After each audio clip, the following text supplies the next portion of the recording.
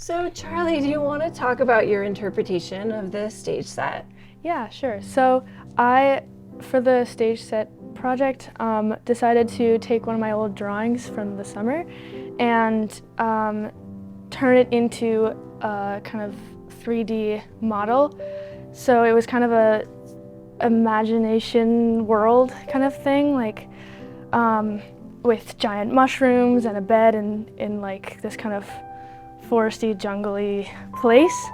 And so I just kind of took different kinds of textures and kind of played around with them, making kind of land area. I spray painted some foam core to make some trees and mushrooms, and I made this little bed out of wire, and it's kind of just about going into like a place of imagination and kind of a little dreamscape of my own.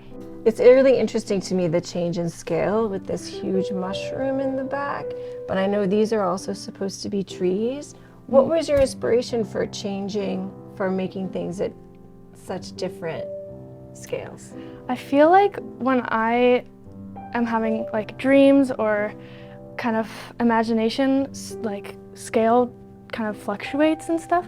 So like to me it didn't really like occur to me until I was working on figuring out how to make my drawing, my 2D drawing, into kind of bigger, into like a deep, like into the depth of this space.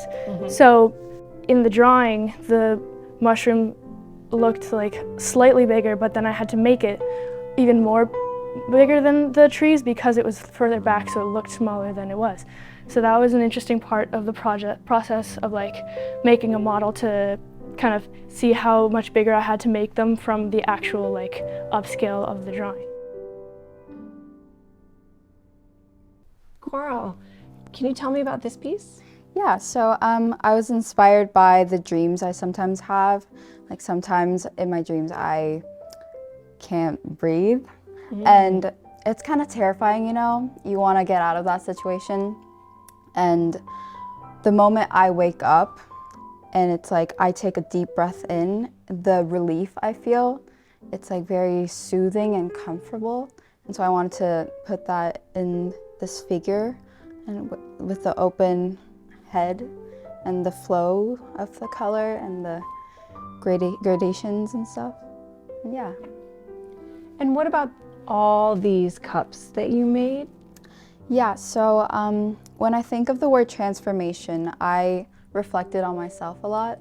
And the biggest transformation I always have is age. I grow older every day. So starting from these baby bottles, I made a transformation of the cups I would use throughout my growth. And so as I grow older, I might start drinking alcohol and use these kind of cups. And I had fun using different variety of colors and glaze and shapes. And I think it really shows who I am in this ceramic set. Alexa, do you want to tell me about the process of making this piece? Yeah, I started off by measuring sort of the circumference of my arm to make sure that they would fit. And then I built cardboard cylinders on top of one another as sort of a foundation or a base. And then over that I used expandable foam to sort of get the texture of bark with all the little holes and air pockets. And I spray painted that black to get like underlying shadows so that when I painted brown on top, that still came through. To create as close to a bark texture as I felt I could get, and so that they fit my arms really nicely. So would you try them on? Of course. So this was the body extension project. Why did you choose to extend your arms into tree trunks on the ground? I think a lot of the assignments that I did this year had to do with nature and had to do with feeling connected to nature. So I wanted to almost seem like it was like enveloping me, like bringing me into like being a part of nature instead of just sort of observing it. So yeah, I decided to do tree trunks because since they kind of just grow straight out of the ground and your arms are sort of pulling towards the ground, they kind of could just swallow them up if they wanted to.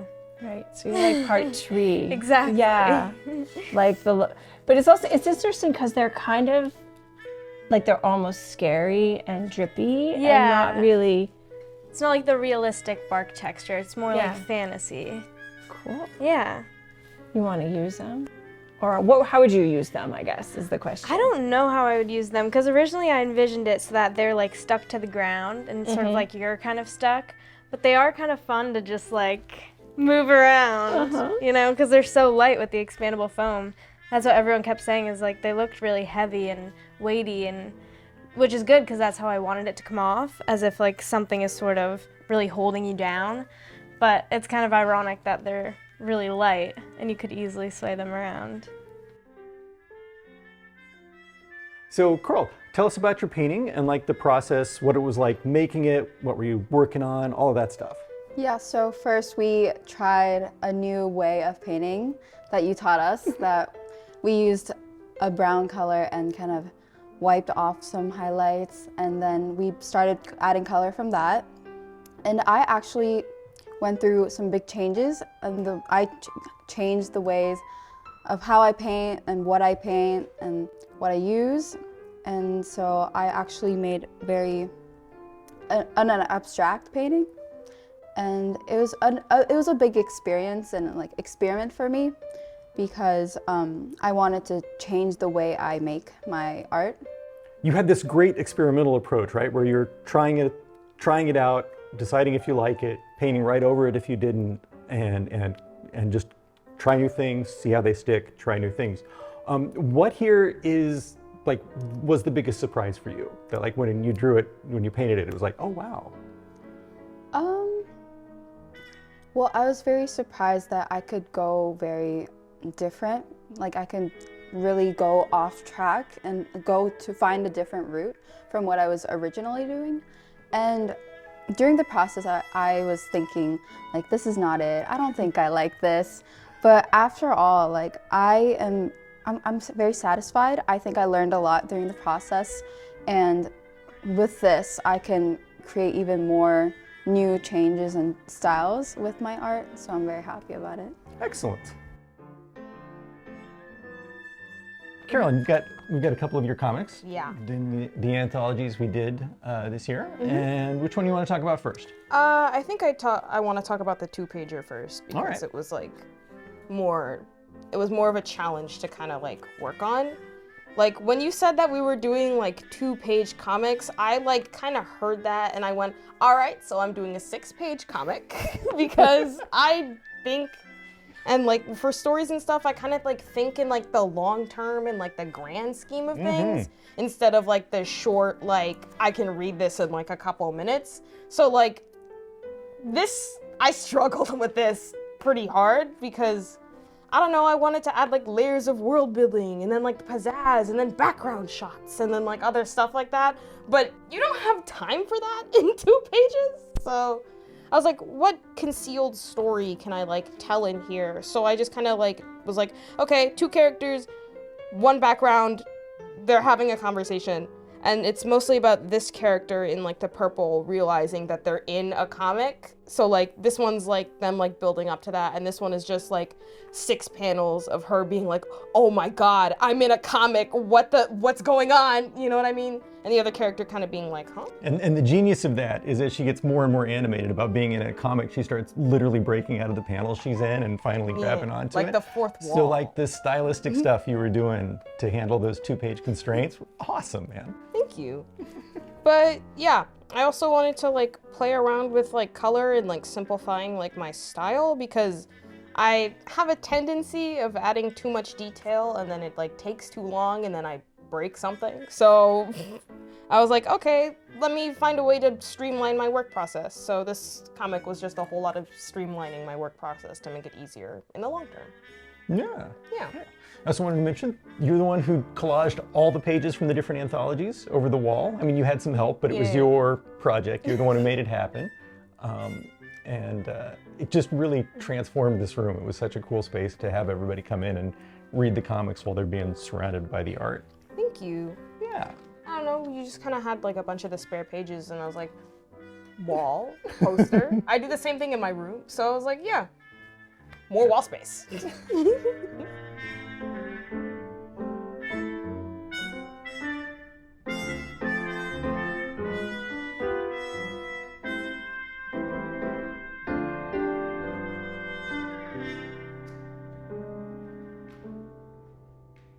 Elsie, this is a really beautiful painting, and you worked so hard on it all semester. Could you tell me a little bit about it? Yeah, so the prompt for this painting was imagined landscapes, and I think my dad was a really big inspiration on the painting for me because since his passing, I've really been inspired by like sunsets and clouds and what that could mean like as a meaning or a connection that he's bringing to me. So this painting was kind of inspired from his perspective, looking down like upon the earth with all the colorful clouds and everything. And originally it was supposed to be me looking up at the sky, but I wanted to take a different path, so I flipped it into looking down beneath the clouds. I remember that. That was a big compositional switch or change that you decided to make in the design stage of this painting. There was well, it's beautifully executed, and I know that there was a lot of personal meaning driving you through this, right, to make this beautiful painting. You also were confronted by some really challenging compositional problems at the end. You had to make a big choice. Could you talk about that a little bit? Yeah, so originally I had some stairs that descended down into the clouds, and they were kind of like the stairs to heaven, like that my dad might have walked up into the sky. But I painted them 3 or 4 times, and it just wasn't working the way I wanted it to. And I wanted to overcome the challenge and create the stairs, but I just couldn't force something that wasn't coming to me in a way that I wanted it to impact this painting. And so I think I overcame a challenge by painting in these clouds that connected to everything else and the message that I wanted to send to the person who was viewing it. So, yeah. I remember when you took them out, you were so relieved, actually, you know, that they weren't there. Were they a little too obvious? Was it? Because I remember you saying to me, like, it's just so much better without them. Yeah. Yeah. I think it creates a sense of like tranquility and calmness to the rest of the painting, and I think it really brought it together for me. It made me feel very happy with what I had created, that I wasn't creating something that just didn't mean something to me, or bring what I wanted it to the painting. So. Hey, I heard a rumor that this was your very first oil painting. Is that true? It is. Really? Yeah. Yeah, but I love oil painting. I really enjoyed it, so I can't wait to work with it in the future. I could tell. So, Alexa, do you want to talk a little bit about this assignment and then how you interpreted it? Yeah, so the prompt was stage sets, and that meant that there had to be sort of layers to create depth in a scene where a character could really just walk into. And it was optional to have characters or not, so I decided to just leave it up to the setting mostly to tell a story. But so the layers for me are trees that kind of draw you into the stage, and they kind of end at a certain point, so you feel like you're in this bubble almost if you were inside of it. And I decided to sort of cover the entire object to make it more of a sculpture to me personally than just like a stage and just one sort of thing you're looking at. You're looking at the whole thing. And so I tried to get a lot of different greens and textures, because I was using the same color palette. The thing that I wanted to make different was the textures and the patterns that were going on. And so I started off with chicken wire and creating these sort of foams on foam board, and covering that all in this thread, which took hours, and it created a sort of look like it is fabric, or just a single sheet covering it, but it's strand by strand, like fabric gluing. So it was a very intricate process, which I enjoyed. I kind of got into like a rhythm of doing it. But it did create a really good, nice like finish, which was worth the time that it took. I had forgotten about the chicken wire under here. I know, me too. Because it took you so long to make it. But these forms are so sculptural, They are. the exterior, and I feel like it connects to your other piece as well Yeah. for texture. Almost like the bubbles and like the grittiness. They do have definitely a connection. And a connection again with nature and yeah.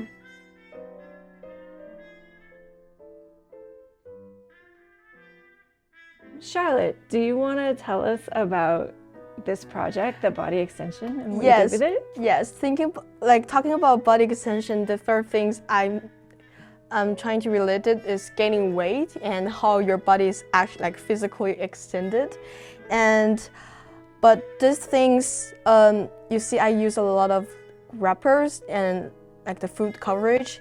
It's actually inspired by the period of time when I spent in my room during the quarantine and how the dining hall sent me lots of snacks that's like on it, and I feel like this is actually something that I may not need a lot during the time that I was sick, but it's just like all the snack, the extra food that we are taking beside meals. It's kind of giving me pressure sometimes of having eaten them and gaining weight through them, and so I try to extend a belly here. You see the curve? Oh, so the belly here is just mean how those food compose to my body, and they somehow extended my body through that way. Like because what you eat become who you are and what your body consists of. So, Charlotte, you mentioned that it was really vulnerable. You felt very vulnerable when you were wearing this piece. Yeah. So to be honest, when I wear because I use the delivery box to make the base of it, the core of it, and when I wear it, I feel like there is actually weight gaining on my belly, and it feels not only that I'm like kind of stiff, like when I move, I'm kind of not free and restricted, and it reminds of me of being pregnant, and sometimes when women, they have their bellies because they're bearing a baby. So, Charlotte, what are we looking at in this picture? So in this picture, I'm wearing this extended belly, and I'm using my body to create a curve that symbolizes not only pregnancy, but also the curve of the body when you gain weight and when you eat lots of snacks. And so I think being in this sculpture, these things really make me feel vulnerable because how my body looks like and how the curves really do not fit with the mainstream aesthetic. But I'm also feeling proud because I'm feeling proud of myself because I'm accepting this fact that how it looks wearing this on my body. Alexa, this is a really beautiful painting, and I know you worked so hard on it all semester long. Could you talk a little bit about how you developed this? Yeah, so the prompt was imaginary landscapes, and I have only really focused on portraits or sort of like a specific subject matter instead of like painting a more vast open space. So I was really closed off to the idea at first, and I had like artist block almost to come up with a reference or an idea. But I started looking at these forms that sort of just had a lot of fluid movement in them, like bonsai trees and things like that. And I stumbled across this image that just really spoke to me with how much length it added almost. And again, like the movement, and it just makes you feel like you're looking up at something that just is so fluid, and that brought a lot of peace to me.